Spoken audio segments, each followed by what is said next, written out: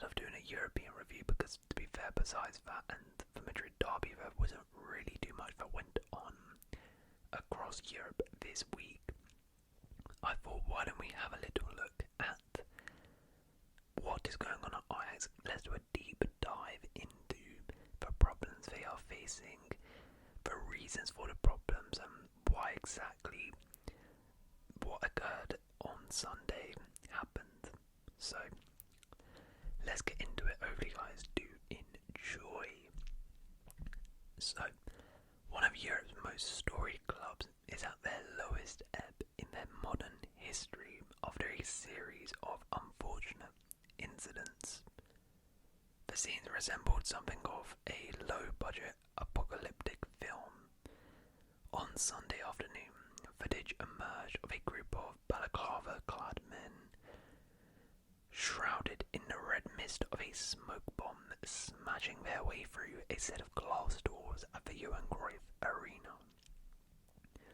Now, crowd disorder is not unheard of when Ajax and Feyenoord face off, with the Netherlands experiencing an unwelcome rebirth of hooliganism in recent times. However, what occurred during the Classic this weekend was not your typical flavour of football violence. This was Ajax supporters taking out their frustrations by destroying their own club's property. The fuse had been lit when Feyenoord scored their third goal of the first half, making it 3-0 at the Johan Cruyff Arena, with the flares that rained down on the turf after the break eventually forcing an abandonment of the game. Riot police and tear gas were deployed in an attempt to disperse the crowd once it became clear that the game wouldn't be completed. But that did not prevent pockets of Ajax supporters from breaking away and forcing their way through the main entrance to the stadium. Eventually order was restored, but the damage, in a quite literal sense, had already been done, and the game had been postponed and is going to resume, I believe, now without the fans, although I don't think Ajax really want that to resume as they are 3-0 down. So, on the field, humiliation against their fiercest rivals proved to be the final straw, but tensions between Ajax boards and the club supporters have been brewing for months. The cycle of backroom chaos that has engulfed Ajax recently began back in February 2022, when director of football Mark Overmars left his role after sending a series of inappropriate messages to several female colleagues. Upon departing, Overmars said, "Last week I was confronted with reports about my behaviour and how this has come across to others. Unfortunately, I didn't realise that I was crossing the line. I apologise. Certainly for someone in my position, this behaviour is unacceptable. I see no other option but to leave Ajax." While Supervisory Board Chairman Lean Meijard asserted that Overmars continuing in his role would not have been right, he also described him as the best football director Ajax has had, with the then CEO Edwin van der Sar echoing these sentiments. Overmars' abrupt departure left the club with a power vacuum to fill, particularly in the recruitment department, and this is where a significant amount of their future issues would stem from. Overmars' departure was quickly followed by the exit of Ten Haag, who opted to take over at Man United. During his time in Amsterdam, Ten Haag won the Eredivise title in each of his 3 seasons, as well as leading Ajax to the Champions League semi-finals. He also helped develop a host of young players, including Frenkie de Jong, Matthijs de Ligt, and Donny van de Beek, all of whom have been sold on for huge profit. So while the club would have preferred the highly successful coach to stay on, he did leave Ajax in a pretty healthy position. In the summer of 2022, they were the dominant power domestically and boasted a healthy bank balance to make the squad even better too. Ten Haag would even go on to further strengthen his former employer's hand by by convincing United to pay a combined €160 million for Anthony and Lisandro Martinez, along with the transfer fees received for Haller and Gravenberch that summer. They equipped Ajax with even more financial muscle to complete their rebuild. With Overmars not replaced, transfer dealings were handled by Klaas-Jan Huntelaar and Jerry Hamstra. The pair went big by Eredivisie standards, paying a league record fee for Steven Bergwijn, while also spending big on Rangers defender Calvin Bassey and Leipzig frontman Brian Brobby. Tasked with getting a tune out of this new-look squad was Alfred Schroeder, and to cut a long story short, he failed to do so. Eventually, a run of 6 straight league draws between November and January, alongside a Champions League group stage exit, led to his dismissal. Johnny Heitinga was his replacement, though he did not fare much better, with Ajax eventually finishing a distant third, crashing out of Europa League playoffs and losing the cup final to Feyenoord. Of the big money summer signings, Brobby and Bergwijn showed promise, while Bassey became a figure of ridicule in the media due to his error-prone displays. It was clear that something fairly drastic was required the following summer.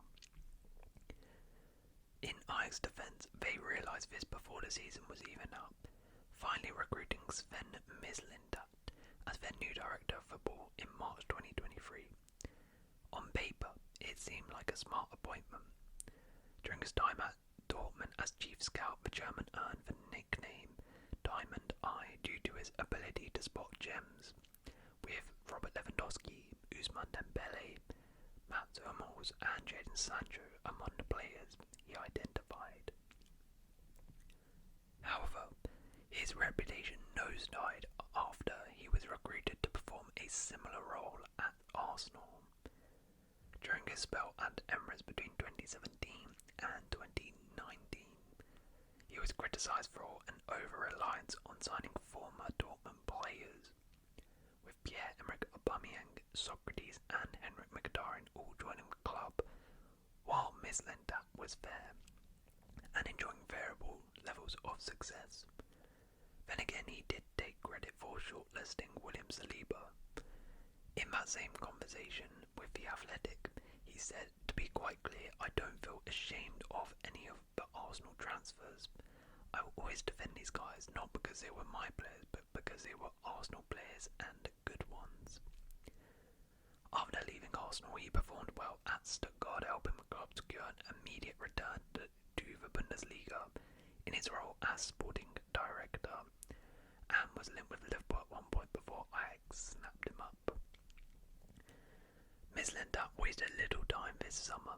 As is often the case at Ajax, there were further departures, with Yerin Timber, Mohamed Kudus and Edson Alvarez all being flipped for sizable profits to Premier League clubs.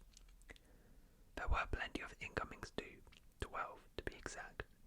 The majority were young players unproven at the very top level, but with the potential to be sold on for significant profits further down the line. Josip Sotalo, 23, cost the most from Dinamo Zagreb, closely followed by Georges Mikaduz from Metz and Carlos Borges from Man City, 22 and 19 respectively. Ajax also snapped up PFA Championship Players Player of the Year Juba Akpom following his 28-goal season for Middlesbrough, while Croatian Borna Sosa arrived from Mislintat's former club Stuttgart later on. By the time the transfer window had closed, Ajax had spent over €100 million on new players, a quite remarkable amount by an Eredivisie side. Several of the transfers also involved the controversial agent Vlado Lemic, who was implicated in a tax fraud case involving the renegotiation of Modric's contract at Real Madrid in 2018. Now, the season started off positively enough in the form of a 4-1 victory over Heracles, but 7 days later, Ajax started to a disappointing 2-2 draw away at lowly Excelsior. Spirits were then raised as they made it for a Europa League qualification tie against Ludogorets, but this was quickly forgotten thanks to a goalless draw at Fortuna, a sickening 3-1 loss to Twente, and a 3-3 draw with Marseille in the Europa League. This meant that heading into that crunch Feyenoord derby, Ajax were without a win in 4 games. Alongside these on-pitch struggles, an off-field battle was raging between Mislintat and new head coach Maris Stegen, poached him for summer from Sparta Rotterdam. First signs of trouble appeared in the aftermath of the Fortuna draw.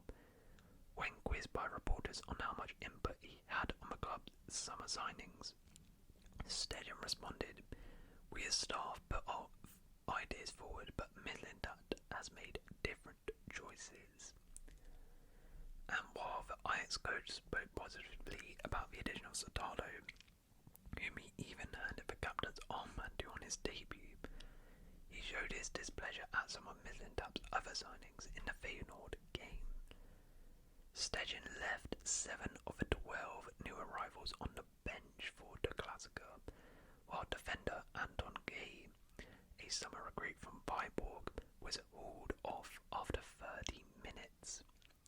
And if that had not sent a clear enough message to the director of football, Sosa was replaced by youngster Salah Adini instead of August arrival Gaston Avila at half-time. In Stegen's defence, it is little surprise that he wanted to make a point to Mislintat. Just a day earlier, Mislintat had stunned club employees by storming into various offices and openly discussing the potential sacking of the coach if the team had lost on Sunday. It was a particularly shocking move as Mislintat was, in the words of Supervisory Board Chairman Pierre Ehring, supposed to be operating in the shadows for the time being. Ajax were given little choice but to sideline their director of football following the shock allegations last Wednesday. That report alleged that the club's deadline day purchase of Sosa represented a serious conflict of interest on Mislintat's part. Sosa is represented by an agency, AK Global, which is owned by Arthur Beck and Kerem Seti.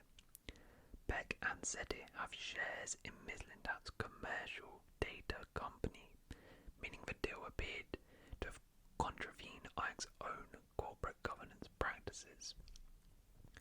In a statement, the club said Ajax is not aware of any shareholding that AKA has in Mislintat's company. We of course discussed this with Sven. He has provided a detailed explanation. Sven has stated that an investment round took place in 2020. When making the agreement, it was immediately agreed that this loan would be converted to a 3% share, according to Sven.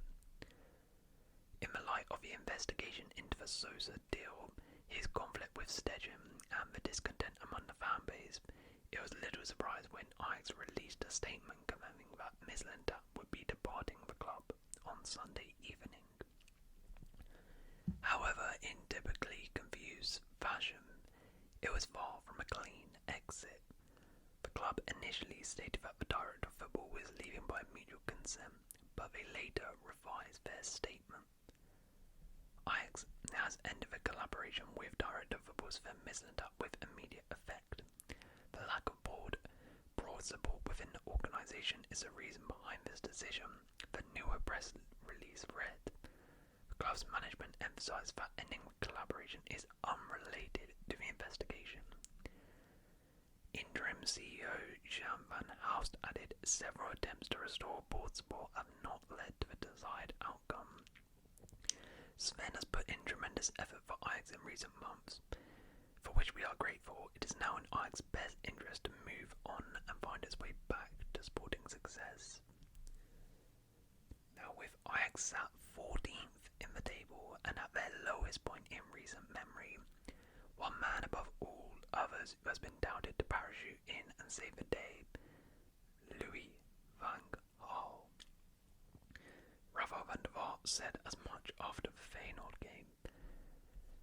Van Gaal Now is of course the ideal man for Ajax. His hands are itchy, Van der Vaart said. This club needs clarity. If anyone likes clarity, it's Van Gaal. Now recently Van Gaal ruled out a return to club coaching as he continues treatment for prostate cancer, telling Nos, my health come first. However, although Van Gaal would not be willing to replace Stedham, he may be tempted to help the club out in an advisory capacity. After all, few people on the planet know Ajax better than the Iron Tulip, and with the club clearly lacking strong leadership on and off the pitch, Van der Sar's replacement, Alex Gross, is not even scheduled to take over until March. He is unlikely to experience the kind of fractious power struggles that have characterised his legendary career. So what comes next? Before Ajax can focus on replacing Mislintat, they need to formulate a plan to cool their furious fan base.